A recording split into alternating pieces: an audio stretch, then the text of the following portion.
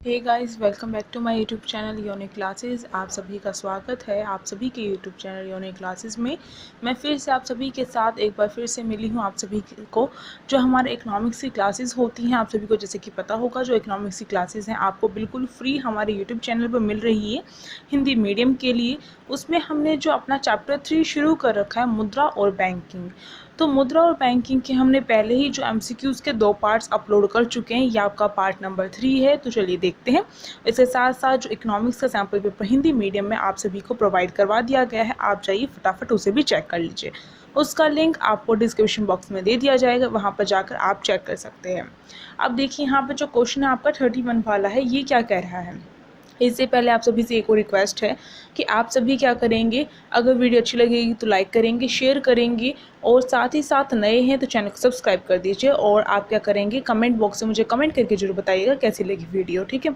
अब देखिए 31 वाला जो क्वेश्चन है, ये क्या कह रहा है, आरबीआई किस प्रणाली के तहत मुद्रा जारी करती है। यानी कि जो आरबीआई है, यानी केंद्रीय बैंक जो है भारत का, भारतीय रिजर्व बैंक जिसे कहा जाता है, तो वो जो आरबीआई है वो भारत में कौन सी ऐसी प्रणाली अपनाती है जिसके तहत क्या मुद्रा जारी करती है। यानी कि जो आरबीआई अपनी मर्जी से, ऐसा तो नहीं है कि वो मुद्रा जारी कर देती है। अगर मान लीजिए आरबीआई क्या कर रही है, अपनी मर्जी से जो मुद्रा है, मनी है, उसे जारी कर देती है, तो इसका मतलब क्या है, तो आरबीआई अधिक जो मनी है वो मार्केट में पहुंचा सकती है, उसके पास ये पावर हो जाए।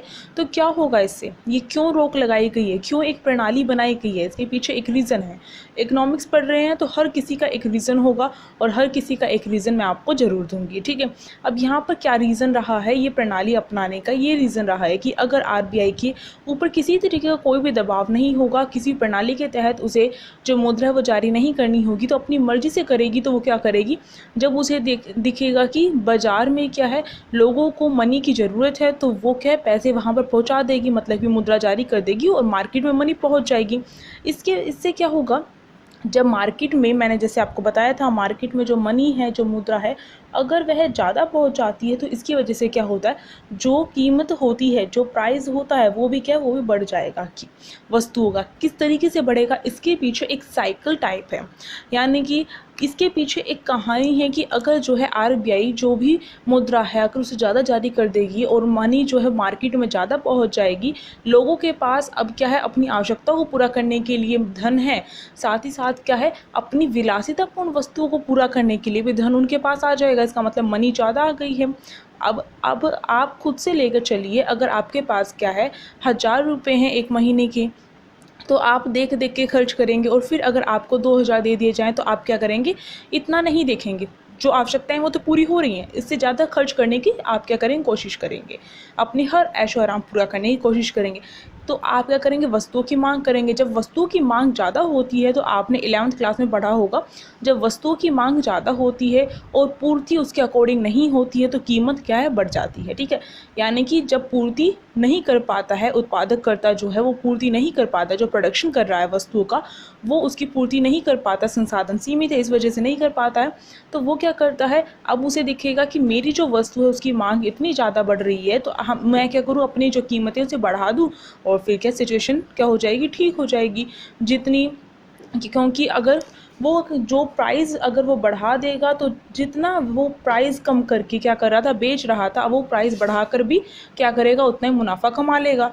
तो इस तरीके से होता है, आप सभी को पता होगा इसके बारे में, तो 11वीं क्लास में हमने पढ़ रखा है ये। तो इसलिए क्या है, इस पर रोक लगाने के लिए जो आरबीआई है उसके ऊपर क्या है, एक प्रणाली जो है बनाई गई है कि आरबीआई प्रणाली के तहत क्या करेगा, जो मुद्रा है वो जारी करेगा। ऑप्शन चेक करते हैं। पहला, वैधानिक तरलता प्रणाली। ये सब कुछ रीज़न मैंने इसलिए बताया, जब हम रीज़न के साथ करते हैं, वैसे तो बताने को मैं सीधे आपको बता दूं कि ये प्रणाली है, इसके तहत आरबीआई क्या कर रही है, नोट जारी कर रही है। पर जब हम एक रीज़न के तहत हम इकोनॉमिक्स के क्वेश्चंस को कवर करते हैं, तो हमें वो बातें ध्यान रहती हैं, क्योंकि आपका क्वेश्चन कभी भी सीधा भी, ऐसा तो नहीं है सीधा उठ के आएगा। इकोनॉमिक्स है, इकोनॉमिक्स में क्वेश्चन कैसे भी घुमा फिरा के दिया जा सकता है। ऐसा हो सकता है सीबीएसई के द्वारा एक एग्जाम्पल दे दिया जाए और उसके अकॉर्डिंग क्वेश्चन पूछ लिया जाए। हर टाइप के क्वेश्चन हम करेंगे, तो इसलिए हमारे जो चैनल उससे बने रहिए और ज़्यादा से ज़्यादा शेयर कीजिए, तभी क्या है, तभी हम अच्छे से अच्छा जो कॉन्टेंट है वो पूरी कोशिश करेंगे अपनी तैयार करके आपको प्रोवाइड करने की। तो देखिए, पहला ऑप्शन है यहाँ पर वैधानिक तरलता अनुपात प्रणाली। दूसरा यहाँ पर न्यूनतम आरक्षित प्रणाली, तीसरा है न्यूनतम मुद्रा कोष और चौथा यहाँ पर उपरोक्त सभी। तो देखिए न्यूनतम आरक्षित प्रणाली जो है आपको ध्यान रखना है, न्यूनतम आरक्षित प्रणाली या न्यूनतम प्रारक्षित प्रणाली भी कहा जाता है इसे। तो इसमें क्या होता है, कुछ परसेंट जो सोना होता है, जो स्वर्ण मुद्रा होती है वो रखनी पड़ती है आरबीआई को, और साथ ही साथ जो कुछ परसेंट क्या है उसे जो विदेशी ऋण पत्र वगैरह हो गए वो रखने पड़ते हैं, ठीक है। तो ये होती है प्रणाली जिसके तहत अगर वो नहीं होगा तो वो मुद्रा जारी नहीं कर पाएगी, और जितना ज़्यादा होगा यानी कि स्वर्ण जितना ज़्यादा होगा, सोना जितना ज़्यादा होगा, सोने का भंडार आरबीआई के पास, और जो विदेशी ऋण पत्र वगैरह है अगर वो ज़्यादा होंगे, तो ऋण पत्र एक तरीके से ऐसा होता है, ऋण पत्र टाइप होता है, उस पर रकम वगैरह लिखी होती है, ठीक है। अगर वो ज़्यादा होगा तो उसके अकॉर्डिंग क्या है, मनी ज़्यादा छापी जाएगी। तो ये होता है। अब नेक्स्ट क्वेश्चन देखते हैं। नेक्स्ट क्वेश्चन आप सभी के सामने है, 32 वाला पूछा गया है, मुद्रा की पूर्ति में आरबीआई के पास अन्य जमाओं में क्या शामिल होता है। तो जो अन्य जमाएं होती हैं उसमें आरबीआई के पास और क्या क्या चीज़ें शामिल होती हैं। तो हमने पढ़ा था कि जो आरबीआई है उसमें मुद्रा की पूर्ति के जब माप देखे थे, यानी कि M1 = देखा था। हमने जो चैप्टर अपना ये कवर कर रखा है पूरे नोट्स के साथ, आपको पता होगा एक ही वीडियो में। तो उसमें हमने देखा था कि M1 यानी कि मुद्रा की पूर्ति का जो माप है इक्वल टू जो C+ में, यहाँ पर लिख देती हूँ, C+ में OD प्लस में DD। ये जो DD है वो पहले आता है और OD बाद में आता है, आप इसे चेंज कर लीजिएगा। तो ये होता है फॉर्मूला, यानी कि C मतलब जनता के पास जो करेंसी है वो आ जाएगी, DD में आपकी मांग जमाएँ आ जाती है, यानी कि जब मांगते हैं हम वो जमाएँ जो मांगने पर हमें वापस की जाती है वाणिज्य बैंकों के द्वारा। जैसे कि अगर हम जाते हैं वाणिज्य बैंकों में अपना धन जमा करवा के आते हैं, तो हम वो क्या है, वो धन क्या है, हमारी मांग जमा है। हम जब भी जाएंगे वाणिज्य बैंक में और उसे मांगेंगे तो वाणिज्य बैंक को चाहे कुछ भी उसे देना पड़ेगा, तो वो मांग जमा है। और आपका जो ओडी होता है वो रिजर्व बैंक के पास अन्य जमाएं होती हैं। अब यहीं पर यही क्वेश्चन पूछा गया है कि जो मुद्रा पूर्ति है उसमें आरबीआई के पास जो अन्य जमाएं हैं उसमें क्या चीज़ें शामिल हैं।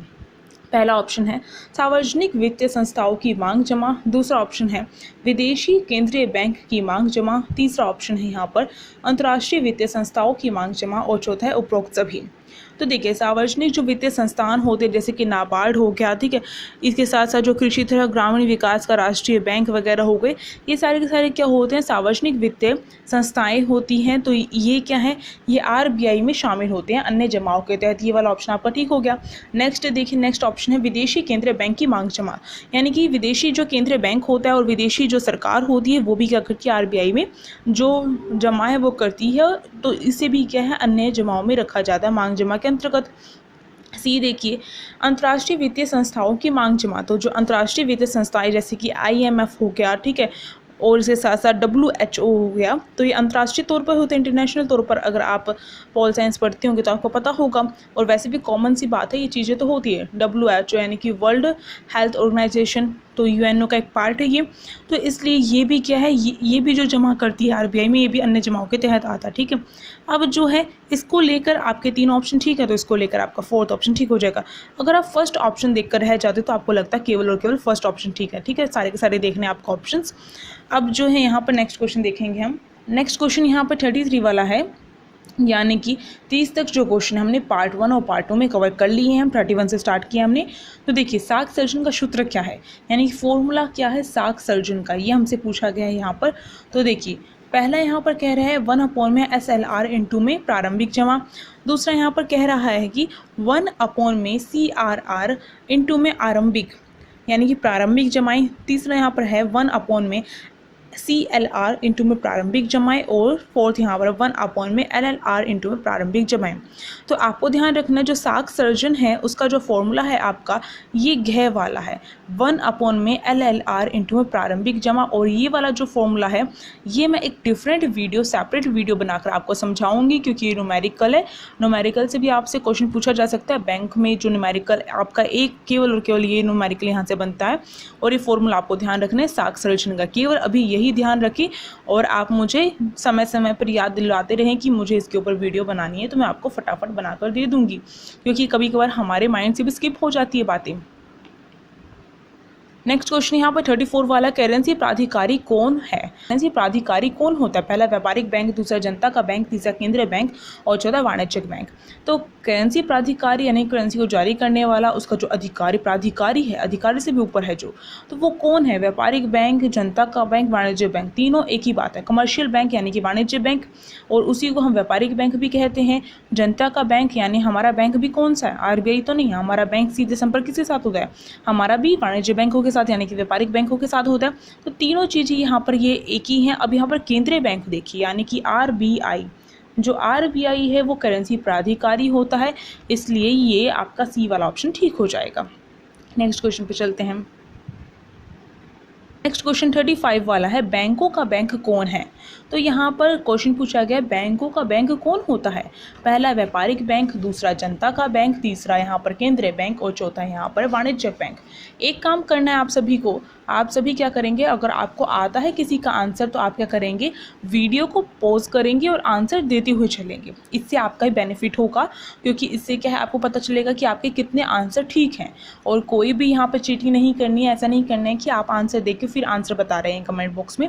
आप आंसर देंगे तो आपको अप्रिशिएट भी किया जाएगा, तो आंसर दीजिएगा और शेयर कीजिए। मैं फिर से कह रही हूँ, वीडियो को शेयर कीजिए अपने दोस्तों के पास, क्योंकि अगर हम इकोनॉमिक्स की क्लास आपके लिए ले रहे हैं तो इसका मतलब ये है कि हम ज़्यादा से ज़्यादा जो बच्चे हैं उन तक पहुँचाना चाहते हैं, ठीक है, जो नॉलेज है, और उसको पहुंचाने में आप सभी मेरी मदद कर सकते हैं। तो यहाँ पर देखिए बैंकों का बैंक कौन होता है ये पूछा गया है। पहला यहाँ पर मैंने बता दिया, जैसे कि व्यापारिक बैंक, जनता का बैंक और वाणिज्य बैंक, तीनों के तीनों एक ही होते हैं। आपको ध्यान रखना, चाहे कैसे पूछ लिया जाए तो तीनों के तीनों एक ही।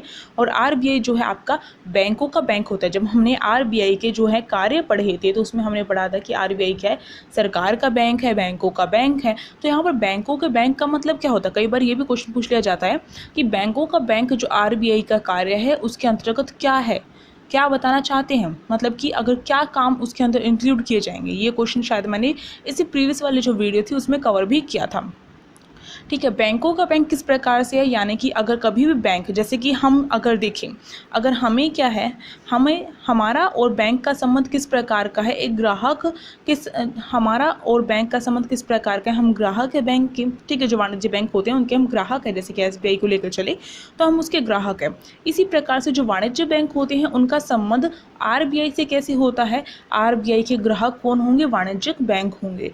ठीक है, ये इसी प्रकार से जैसा हमारा संबंध वाणिज्यिक बैंक से है, वैसे वाणिज्यिक बैंक का संबंध किससे होता है, आरबीआई से होता है।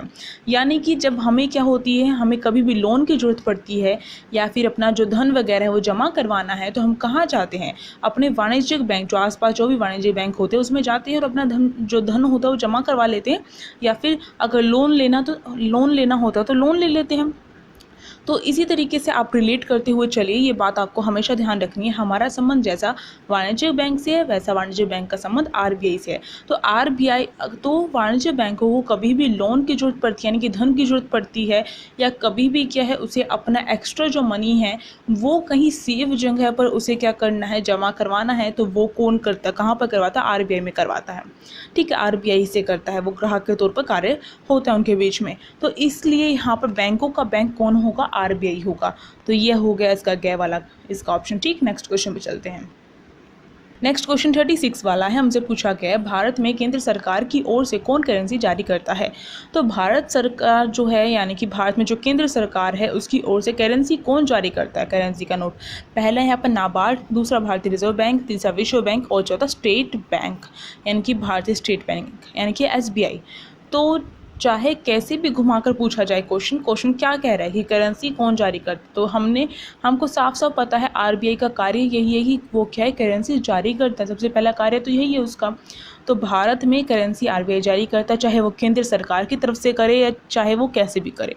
तो जारी कौन करता है करेंसी, आरबीआई यानी कि भारतीय रिजर्व बैंक। आपको उसकी फुल फॉर्म भी याद रखनी है। ठीक है, अब नेक्स्ट क्वेश्चन पे चलते हैं।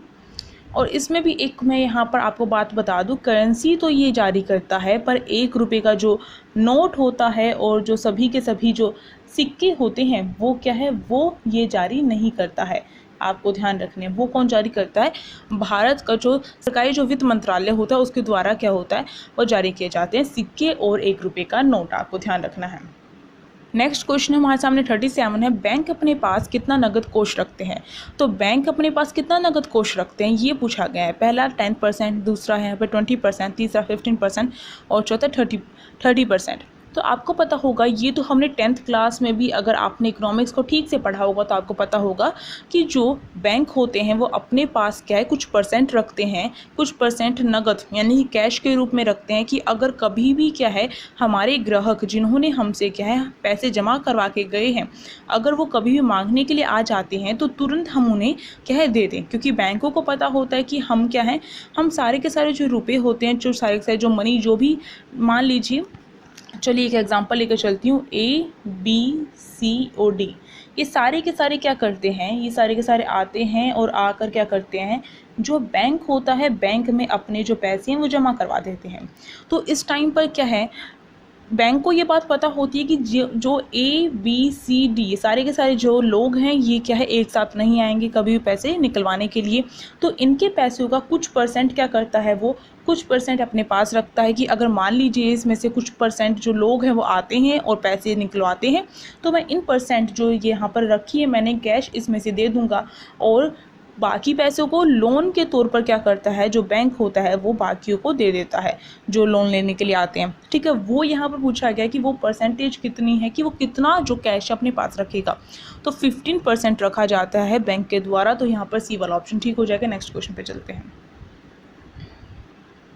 नेक्स्ट क्वेश्चन 37 है और आप सभी मुझे कमेंट बॉक्स में ये बताइएगा कि मेरे साथ पढ़ते पढ़ते आपको इकोनॉमिक्स इजी लग रही है या डिफ़िकल्ट लग रही है। मैं बहुत कोशिश करती हूँ कि इकोनॉमिक्स में आपको बिल्कुल भी प्रॉब्लम ना हो, तो बताइएगा मुझे। यहाँ पर नेक्स्ट क्वेश्चन है CRR की फुल फॉर्म डैश। तो जो CRR है उसकी फुल फॉर्म पूछी गई है, मोस्ट इंपॉर्टेंट क्वेश्चन है। पहला यहाँ पर वैधानिक तरलता अनुपात, दूसरा है नगद आरक्षित अनुपात, तीसरा है सीमांत स्थायी सुविधा और चौथा यहाँ पर है सांविधिक तरलता अनुपात। तो देखिए यहाँ पर आपका नगद आरक्षित अनुपात, सी से आप याद रखिए कैश को हिंदी में नगद कहते हैं। ठीक है, आपको अगर किसी से कहते हैं कि मुझे एक्सचेंज करवाने हैं पैसे, तो आप क्या कहते हैं, कैश में चाहिए यानी कि नगद में चाहिए, इस तरीके से याद रखिए। तो नगद आरक्षित अनुपात CRR को कहा जाता है। तो ऑप्शन यहाँ पर जो हमारा ये बी वाला ठीक हो जाएगा। वैधानिक तरलता अनुपात और सांविधिक तरलता अनुपात, ये दोनों के दोनों कौन से हैं, ये दोनों के दोनों आपके SLR हैं, आपको ध्यान रखना है। नेक्स्ट क्वेश्चन पे चलते हैं। नेक्स्ट 38 वाला है LRR की फुल फॉर्म। तो LRR जो है आपका पहला ऑप्शन है यहाँ पर वैधानिक तरलता अनुपात, दूसरा नगद आरक्षित अनुपात, तीसरा है सीमांत स्थायी सुविधा और चौथा सीमांत तरलता अनुपात। तो देखिए जो वैधानिक तरलता अनुपात यानी कि SLR होता है उसको ही क्या कहा जाता है, उसको ही LRR भी कहा जाता है, आपको ध्यान रखना है। इसलिए वैधानिक तरलता अनुपात को SLR कहा जाता है, इसलिए LLR की भी यही जो फुल फॉर्म है ये हो जाएगी। तो फर्स्ट ऑप्शन हमारा ठीक हो गया। नेक्स्ट क्वेश्चन में चलते हैं।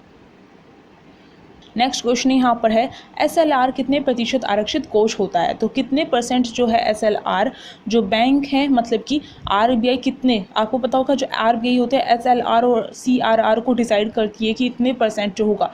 तो कितने से लेकर कितने परसेंट के बीच में जो RBI है वो डिसाइड करती है। तो पहला यहाँ पर है ऑप्शन 3% से लेकर 20%, दूसरा है 4% से 20%, तीसरा है यहाँ पर 0% से 40% और चौथा यहाँ पर है 2% से 40%। इसका ऑप्शन कौन सा ठीक होगा, 0% से 40%। तो SLR जो है 0% से 40% के बीच में RBI डिसाइड करती है। तो इसका ये जो सी वाला ऑप्शन है वो ठीक हो जाएगा। और CRR कितने परसेंट से कितने परसेंट तक रहता है, CRR आपका 3% से 20% के बीच में रहता है। ठीक है, आपको ध्यान रखना है। नेक्स्ट क्वेश्चन 40 वाला है भारत में मुद्रा आपूर्ति के वैकल्पिक उपाय क्या हैं। तो भारत में जो मुद्रा आपूर्ति होती है उसके वैकल्पिक उपाय की बात की जाए तो पहला ऑप्शन M1, दूसरा M2, तीसरा M3 एंड M4 और चौथा यहाँ पर है ये सभी। तो मुद्रा आपूर्ति के वैकल्पिक उपाय कौन से होंगे, वैकल्पिक उपाय में मुद्रा आपूर्ति के ये सारे के सारे आ जाएंगे, डी वाला ऑप्शन ठीक होगा। यानी कि M1 आपकी क्लास में लगा हुआ है और ये बाकी के जो भी हैं ये भी आपके मुद्रा आपूर्ति के जो घटक के तौर में कार्य करते हैं। पर M1 होता है उसमें सबसे ज़्यादा तरलता होती है और इसी को लेकर आपको यही चीज़ पढ़ाई जाती है। जब आप आगे जो ग्रेजुएशन करेंगे अगर इकोनॉमिक्स होगी तो उसमें आप क्या है बाकी जो है उनको भी पढ़ेंगे। अब नेक्स्ट क्वेश्चन देख लेते हैं। नेक्स्ट 41 है, निम्नलिखित में से कौन भारत का सर्वोच्च बैंक है। तो भारत का सर्वोच्च बैंक कौन होगा, यानी कि बैंकों का बैंक सर्वोच्च बैंक। तो आपको क्या करना है, अर्थ समझना है, यानी कि जो भी पूछा जा रहा है उसे थोड़ा सा समझने की कोशिश कीजिए। यहाँ पर बैंकों का बैंक ना लिखकर यहाँ पर सर्वोच्च बैंक कह दिया, यानी कि बैंकों से भी जो सबसे ऊपर वाला बैंक होता है तो कौन सा है आपका, आरबीआई। ये सिंपल सी बात है, तो आपका ये फर्स्ट वाला ऑप्शन ठीक हो जाएगा। बाकी देखिए एसबीआई भी नहीं है, वो तो वाणिज्य बैंक है। एसबीपी ये भी नहीं है, पीएन ये भी नहीं है। अब इसी के साथ जो है आपके यहाँ पर जो ये वाला जो चैप्टर था ये कंप्लीट होता है। मेरी तरफ से आपका चैप्टर जो 3 है ये आपका यहाँ पर कंप्लीट होता है। और कुछ भी इसमें बाकी होगा, कुछ क्वेश्चंस होंगे तो मैं आपकी क्या है एक सेपरेट वीडियो बना कर करूँगी। पर यहाँ पर जो है आपका ये चैप्टर मेरी तरफ से कंप्लीट होता है। मैंने चैप्टर की एक्सप्लेनेशन भी करवा दी, एमसीक्यूज़ भी बहुत सारे करवा दिए हैं, 40+ एमसीक्यूज़। और साथ ही साथ जो है अब जो है इसके बाद जो चैप्टर है आपका नेक्स्ट चैप्टर, वो चैप्टर हम जो है अपना इकोनॉमिक्स का करेंगे। तो आप सभी क्या है तैयार है उस चैप्टर के लिए, मुझे कमेंट बॉक्स में ज़रूर बताइएगा। तो आप सभी एक्साइटेड हैं या नहीं है उस चैप्टर को लेकर। तो इसी बुक का आपको नेक्स्ट चैप्टर चाहिए या फिर दूसरी बुक जो है उसके, तो मैंने थ्योरी वाली जो बुक है आपकी उसके तो मैंने जो है आपके थ्योरी के जो आपके चैप्टर्स हैं पहले ही कंप्लीट करवा चुकी हूँ। तो उसकी जो प्लेलिस्ट की लिंक है वो आपको कमेंट जो बॉक्स होगा उसमें दे दी जाएगी, अलग से आपको पता चल जाएगी इसके लिए, ठीक है। और एक और बात यहाँ पर बतानी है आपको, टेलीग्राम ग्रुप ज्वाइन नहीं किया यूनिक क्लासेस का तो कर लीजिए, क्योंकि वहीं पर सारी इन्फॉर्मेशन आती है वीडियो से रिलेटेड, और बाकी कुछ पीडीएफ्स वगैरह भी मिल जाएंगे आपको वहाँ पर, तो उन्हें भी चेक कर लीजिएगा अगर आपके लिए यूज़फुल हो। और इंस्टाग्राम जो आईडी आपकी यूनिक क्लासेस के नाम से ही है तो उसे भी आप क्या कर सकते हो, फॉलो कर सकते हो। और लाइक शेयर एंड सब्सक्राइब करना तो बिल्कुल भी मत भूलिएगा, ठीक है। अब जो है हम मिलेंगे नेक्स्ट क्लास में, तब तक के लिए take care, bye bye, thank you so much. और पढ़ाई में लगे रहिए, अभी आपका पढ़ाई करने का टाइम है, अभी छोड़ दिया तो फिर नहीं हो पाएगा, ठीक है।